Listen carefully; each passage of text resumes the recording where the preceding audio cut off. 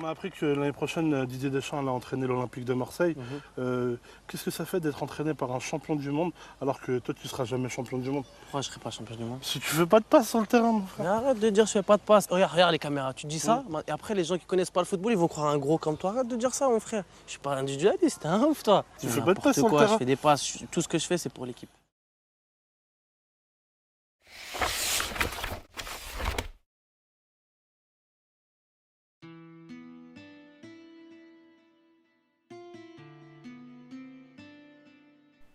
Le mythe de Sisyphe, c'est l'histoire d'un homme condamné à faire traîner un rocher jusqu'en haut d'une colline, avant de recommencer indéfiniment, pour l'éternité.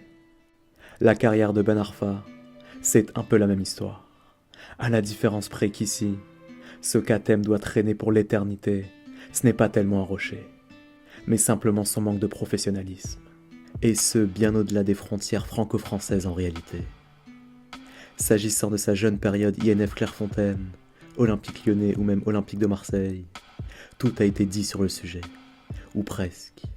De ses incessantes querelles de « je t'aime moi non plus » avec Jean-Michel Aulas à l'OL, à ses diverses réactions d'humeur envers Guéretz et Deschamps à l'OM.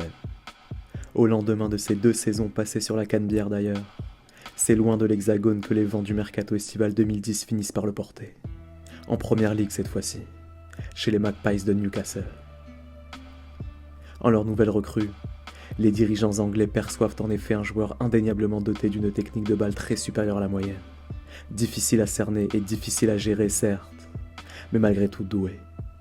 Et même chose dans les tribunes de St. James Park, là où la comparaison avec un certain David Ginola ne tarde pas à surgir. Plus encore quand Ben Arfa parvient à inscrire plusieurs buts façon PlayStation sous ses nouvelles couleurs. Le plus souvent, des slaloms individuels longs de plusieurs mètres, et ponctué d'un nombre incalculable de crochets dévastateurs. Mais comme souvent avec Ben Arfa, l'euphorie est de courte durée. Car derrière les coups d'éclat du natif de Clamart apparaissent déjà les premières blessures, et surtout, les premières frictions en interne. Avec Alan Pardew notamment, la situation est de plus en plus tendue. C'est ainsi qu'à l'aube de la pré-saison 2014, l'entraîneur anglais choisit bonnement et simplement de l'écarter du groupe professionnel.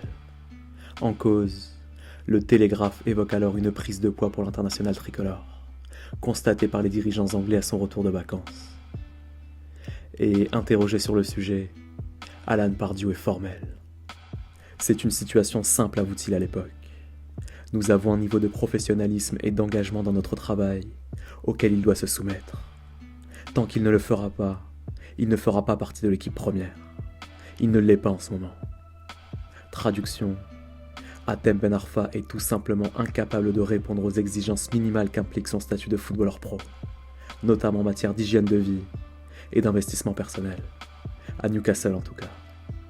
Son manque d'investissement personnel d'ailleurs, c'est, si l'on en croit le Mirror, ce qui aurait provoqué une altercation verbale entre lui et certains autres joueurs de Newcastle, quand, à l'issue d'une défaite face à Stoke City, ces derniers en auraient aussitôt profité pour charger Ben Arfa dans les vestiaires. Coupable selon eux de n'avoir pas tout donné sur la pelouse. Ce à quoi l'ancien Lyonnais aurait ainsi répondu de façon plus ou moins véhémente, refusant absolument d'accepter ce genre de critique, comme à son habitude. Une frasque de plus qui, sans surprise, précipitera encore un peu plus le terme de son aventure chez les Magpies. Une aventure d'autant plus décevante qu'au départ, tout semblait réuni pour qu'elle se déroule à peu près bien. À l'image par exemple des premières déclarations de Pardew dans la presse anglaise, quand, pour commenter un but magnifique de son nouveau joueur, le coach de Newcastle va même jusqu'à se risquer à des comparaisons très ambitieuses. C'est le genre de but dont Messi et Maradona seraient fiers, avoue-t-il à l'époque. Ce but, il me rappelle d'ailleurs beaucoup celui de Maradona contre l'Angleterre, avec son slalom et ses dribbles. Simple écart de langage ou véritable déclaration d'amour, toujours est-il qu'aujourd'hui, Alan Pardew admet sans complexe avoir perdu toutes ses illusions concernant Ben Arfa.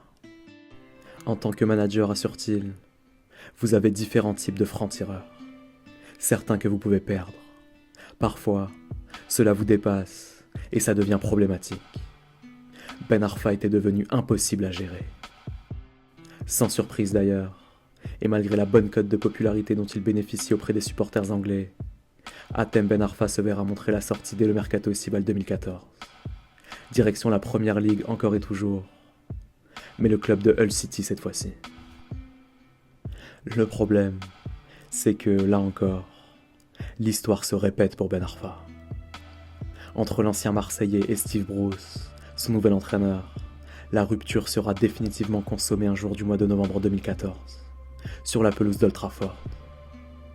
Face à United, les visiteurs sont d'abord rapidement menés 1-0, dès la 16e minute de jeu. Rien de très surprenant a priori. Sauf qu'au-delà du score, l'attitude passive et apathique de Ben Arfa est de plus en plus problématique. D'une minute à l'autre de la première mi-temps, elle frise carrément le je m'en foutisme le plus complet. Une attitude proprement incompatible avec l'importance d'un tel rendez-vous et d'un tel adversaire. Car pendant que d'un côté, Wayne Rooney, Michael Carrick et Ashley Young se défoncent sur la pelouse, comme à leur habitude, le futur joueur du PSG, lui, se contente de trottiner paisiblement dans sa zone de jeu. Comme si, d'une certaine manière, l'ambiance et le prestige d'Old Trafford n'étaient pas assez bien pour lui. Alors sans hésiter, dès la 35e minute de jeu, Steve Bruce choisit d'ordonner au 4e arbitre un premier changement. Un changement dont Hatem Ben Arfa est bien entendu la cible. Et pour l'anecdote, une fois sifflé la mi-temps de la rencontre, le coach de Hull City en profite aussitôt pour demander à son analyste de mesurer la distance parcourue par Ben Arfa durant ses 35 premières minutes de jeu. Les statistiques livrées par le dirigeant anglais sont alors proprement stupéfiantes, à la limite de la supercherie. Car même en ayant passé 35 minutes de jeu sur le front de l'attaque, Hatem Ben Arfa a tout simplement couru une distance inférieure à celle d'Alan McGregor en 45 minutes. Alan McGregor, qui n'est nul autre que son propre gardien de but. En apprenant la nouvelle, Steve Bruce esquissera même un léger sourire sur le cou. Un sourire de courte durée néanmoins, car dans la foulée de la rencontre face à MU, sa décision ainsi que celle de ses dirigeants est catégorique. À partir de maintenant, préviennent-ils, Hatem Ben Arfa ne portera plus jamais le maillot de Hull City, et ce jusqu'à nouvel ordre. Pour la petite histoire, comme à son habitude là encore, l'international tricolore choisira lui-même d'aller se réfugier en région parisienne pour y travailler sa condition physique en solitaire, le tout en attendant tranquillement la résiliation de son contrat avec Hull City. Une résiliation qui interviendra d'ailleurs quelques semaines plus tard, dès le mois de décembre 2014. Autrement dit, à ce jour, la rencontre entre United et Hull City reste l'ultime apparition d'Hatem Ben Arfa sur une pelouse de Première Ligue. En tout état de cause, un an plus tard, c'est au tour d'un club français cette fois-ci de vouloir tenter sa chance désormais. L'OGC Nice d'un certain Claude Puel. Pour réussir son pari, l'ambition de l'entraîneur niçois est simple. Articuler l'intégralité de son 11 de départ autour de sa nouvelle recrue. Ou, pour le dire plus crûment, accorder une liberté de mouvement quasi illimitée à Ben Arfa et faire courir toute l'équipe pour lui. Et pour lui seul. Un pari risqué, certes, mais malgré tout loin d'être totalement stupide dans un championnat bien moins relevé que la Première Ligue.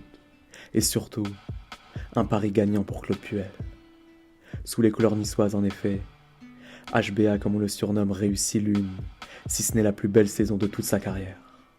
Omniprésent sur le front de l'attaque niçoise, au point de conduire son club à la 4e place du classement final, à lui tout seul, ou presque. Car derrière les coups d'éclat de leur numéro 9, certains joueurs niçois peinent malgré tout à fermer les yeux sur les quelques excès d'individualisme dont il fait preuve. Parmi eux, Nampalys Mendy par exemple. Au terme d'une victoire poussive face à Toulouse, marquée par un énième slalom décisif de Ben Arfa, le futur joueur de Leicester déclare alors sans complexe face à la presse. Hatem nous a libérés une fois de plus sur un exploit individuel, mais il n'est pas tout seul sur le terrain. Valère Germain était seul au centre. Il a choisi de jouer pour lui-même, et tant mieux, mais il y avait mieux à faire. Autrement dit, même si Ben Arfa a marqué, et même s'il nous a fait gagner, sa façon de se comporter sur un terrain de football et d'envisager le jeu interroge. Elle interroge, tout simplement parce que sur le long terme, elle n'est pas viable. Du moins pas pour un joueur aussi imprévisible et aussi irrégulier d'une saison à l'autre. En un mot, pas pour Hatem Ben Arfa.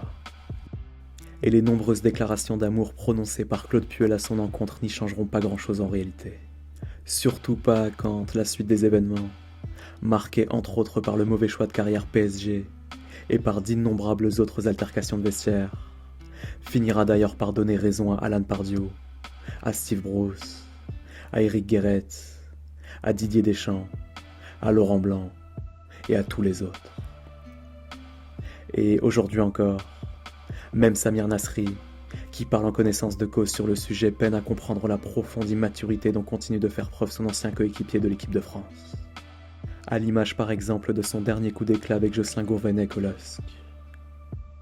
Samir Nasri, un autre membre, comme Hatem Ben Arfa, de la fameuse génération 87.